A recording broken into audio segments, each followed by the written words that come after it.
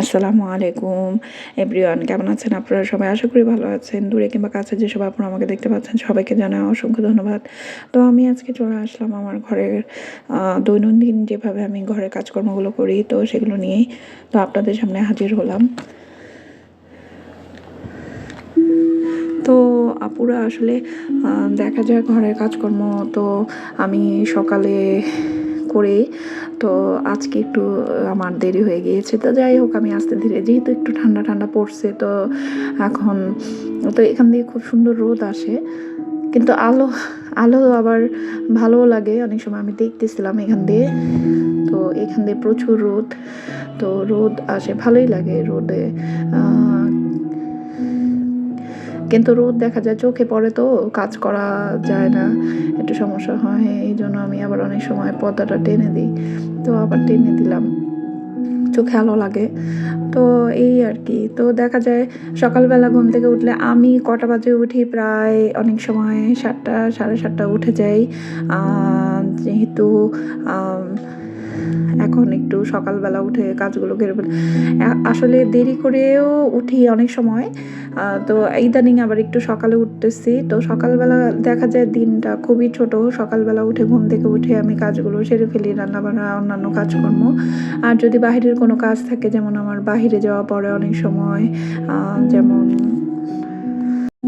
তো দেখা যায় অন্যান্য কাজকর্মগুলো আমি দেখা যায় করে ফেলি। অনেক সময় একটু আলসেমি লাগে, স্বাভাবিক সকালে, কিন্তু আমি চেষ্টা করি যাতে আমার সকাল সকাল কাজগুলো হয়ে যায়।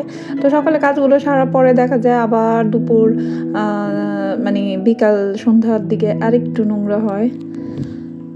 আমার কোনো ধরা বাঁধার নিয়ম নেই। আমি অনেক সময় দেখা যায় 7:30 বাজে উঠে যাই, আবার কাজগুলো করে ফেলি। আবার দেখা যায় অনেক সময় 9টা বাজে উঠি। তো আমার মানে যখন আর কি আমি অ্যালার্ম দিয়ে ঘুমাই, তো যখন সুবিধা হয়, সুযোগ সুবিধা হয়, আমি উঠে কাজগুলো সেরে ফেলি। আর যেহেতু কাজগুলো আমাকেই করতে হয় তো আমি সেভাবেই করি গুছিয়ে।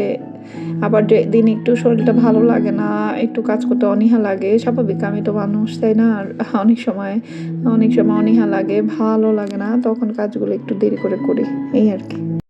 তো প্রত্যেকদিন এইভাবে করে আমি ঘরের কাজকর্মগুলো গুছিয়ে করে ফেলি। আমার কোনো সকালে যখনই আমি ঘুম থেকে উঠি তো সেভাবে করে আমি একটা শিডিউল তৈরি করে নেই, রুটিনের মতো, যে আমি সকাল উঠে এই কাজটা করব। তো ওই ঘরটা আমি গুছিয়ে নিয়েছি। তো এই ঘরটা দেখলাম এক এক দিন এক এক ঘর আগে ভাগে করে ফেলি। তো এইভাবে করে আর কি সময়টা চলে যায়, যে কখন মানে তো যাই হোক, আমি একে একে করে এখন, যেহেতু আমার রান্না এখনো হয়নি, আজকে আমি একটু রান্নাটা দেরি হয়ে গেছে, তো এখন রান্নার কাজগুলো করব।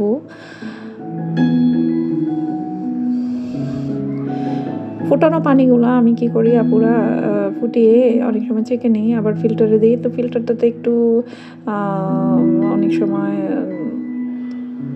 দেরি করে পানি হয়, আর ছাঁকনিটাতে মনে হয় একটু সমস্যা হয়েছে। তো আমি ভাবছি ছাঁকনিটা পাল্টাবো। তো পাল্টানোর পরে দেখবো যে এটা দিয়ে পানি ঠিকমতো আসে কিনা। তো এই আর কি। আর ফুটানো পানি ছাড়া খাওয়া যায় না, যেহেতু পানিতে প্রচুর আয়রন, অনেক আয়রন। তো আমি এখন পাতাকপি আর কাঁচামরিচ বের করে নিলাম। অনেকদিন ভাবতেছি যে আমি কাঁচামরিচগুলো কিনে এনেছি, তো এগুলো আমি বেছে রাখবো, যেহেতু এগুলো ভুটুগুলো ফেলে রাখলে একটু অনেক দিন যায় আর কি ভালো থাকে, আর অনেক দিন খাওয়া যায়। তো এটাই চিন্তা করে আমি এগুলোকে পরিষ্কার মানে বটুগুলো ফেলে নিচ্ছি। তো আমি এভাবে সবসময় রাখি একটা বাটিতে। ওয়ান টাইমের বাটিগুলোতেও আপনি রাখতে পারবেন, সংরক্ষিত করে রাখলে অনেক দিন যায়। আর এটা সহজে মনে করেন, আপনি তো কাঁচামরিচ তো আর একদিনে খাওয়া হয় না, কয়েকটা দিন লাগে। তো এই বেছে রাখলাম। তো আমার এটা সুন্দর মতো এখানে ভালো থাকবে, টাটকা থাকবে, নষ্ট হবে না। আমি এখান থেকে নিয়ে কাজগুলো করতে পারবো। তো ভাবলাম যেহেতু ভাজি করব, তো পাতাকপিটা কেটে নেই। এই তো এটা কাটা হয়ে গেলে আমি ভাজিটা করে ফেলবো। আসলে রান্নার কাজ এখনও আমার হয়নি, তো আমি একে একে এগুলো মিহিন করে কেটে নিচ্ছি।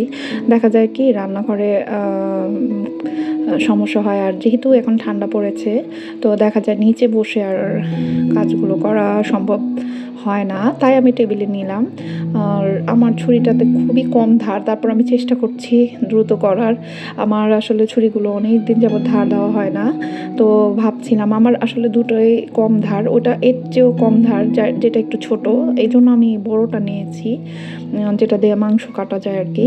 তো আমার ছোটোটাতে এর চেয়েও কম ধার, তো কাটতে তো খুবই সময় লাগতেছে আমার। তো আসলে বসে বসে কাটতে খুব একটা খারাপ লাগতেছিল না। আর এখন ঠান্ডার মধ্যে অবশ্যই আমি মাটিতে বসে কাজগুলো করতে চাই না, আমার যেহেতু ঠান্ডা লেগে যেতে পারে। আসলে আমাদের সবাইকে এভাবেই কাজগুলো করতে হবে, সবাইকেই সতর্ক থেকে, যেহেতু আমাদের ঘরে কাজ করতে হয়, আমাদেরকেও সুস্থ থাকতে হবে। আর পাতাকপি ভাজিটা আসলে শীতের মধ্যে খুবই মজা লাগে। আর শীতের সবজিগুলো দেখবেন আপনি যেভাবেই রান্না করেন না কেন, শীতের সবজিগুলো কিন্তু একটু অন্যরকম স্বাদ লাগে আমার কাছে। আমি মনে করি যে শীতের সবজিগুলো আমার কাছে বেশি ভালো লাগে। যেমন এখন তো ফুলকপি, গাজর, তারপরে শিম, পাতাকপি, এগুলো কিন্তু ভালোই লাগে খেতে, খুব একটা খারাপ লাগে না। তো আমার কাছে ভাজিও ভাল লাগে। আর আমার একটা অভ্যাস, আমি আসলে সবজিটা খুবই পছন্দ করি। আসলে সবজি এমন একটা মানে আপনি সবজি এবং শাক যতই তরকারি রান্না করেন না কেন, এই দুটা জিনিস আসলে খেতে ভালো লাগে। তো দেখা যায় আমার কাজের চাপটা একটু বেশি থাকলে অনেক সময় আমি করি না, শর্টকাট করি। আর আমার রান্নার পরিমাণ কম, যেহেতু মানুষ কম, আমার রান্নার তেমন আমি ঝামেলা করি না। একটা ভাজি, একটা ডাল, একটা তরকারি, ব্যাস আমি শর্টকাট করি। আমি একেবারে অনেক ধরনের রান্না, যেটাকে বলে একেবারে ৫-৬ পদ রান্না, যেহেতু মানুষ তেমন নাই, তাহলে আমি কেন এত রান্নাই বা করব। আর আমি মনে করি যে আমরা মানুষ যেরকম সেরকম করে আমি রান্না করি। দুজন মানুষের জন্য তো মানুষ এত কিছু রান্না করবে না, এটাই স্বাভাবিক। তো যাই হোক, আপুরা আসলে সকাল সকাল ঘুম থেকে উঠে আমি এভাবে করে আমার কাজগুলো গুছিয়ে নিই। হয়তো ঘরের কাজটা আগে করি, রান্নার কাজটা পরে করি, বা রান্নার কাজটা অনেক সময় আগে ভাগে করে নিই। সকালে নাস্তা করে হয়তো ভাত ডালটা শুধু করে ফেলি, পরে তরকারি রান্নার জন্য সব আয়োজনগুলো গুছিয়ে নিই। এভাবে করেই আর কি করে নিই। তো আসলে দূরে কিংবা কাছে যেসব আপুরা আমাকে দেখতে পাচ্ছেন এবং যাদের কাছে আমার ভিডিওটি ভালো লাগে, তারা অবশ্যই আমাকে লাইক, কমেন্ট, শেয়ার করবেন এবং সাবস্ক্রাইব করে আমার পাশে থাকবেন। আর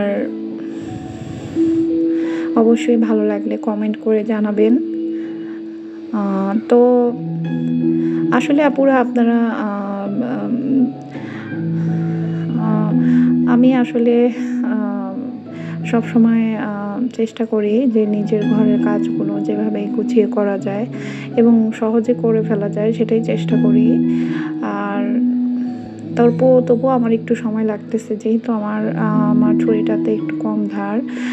না হলে আমি বটি দিয়েও পারি, ছুরি দিয়েও পারি, মানে সব ধরনের অভিজ্ঞতাটাই আমার আছে। মানে যখন যেটা পাই আর কি, সেটাই আমি কাজে লাগাতে পারি। যেমন আমার কাছে এখন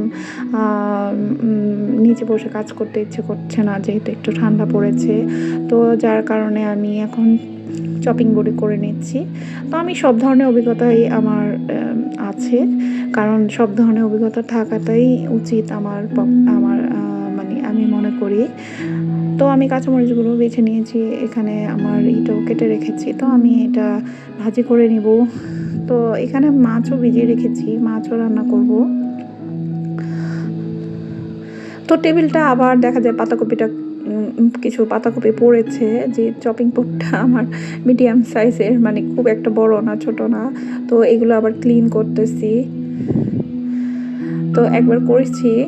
তো যাই হোক, দেখা যায় নোংরা হলে তো পরিষ্কার করতেই হবে, এটাই স্বাভাবিক।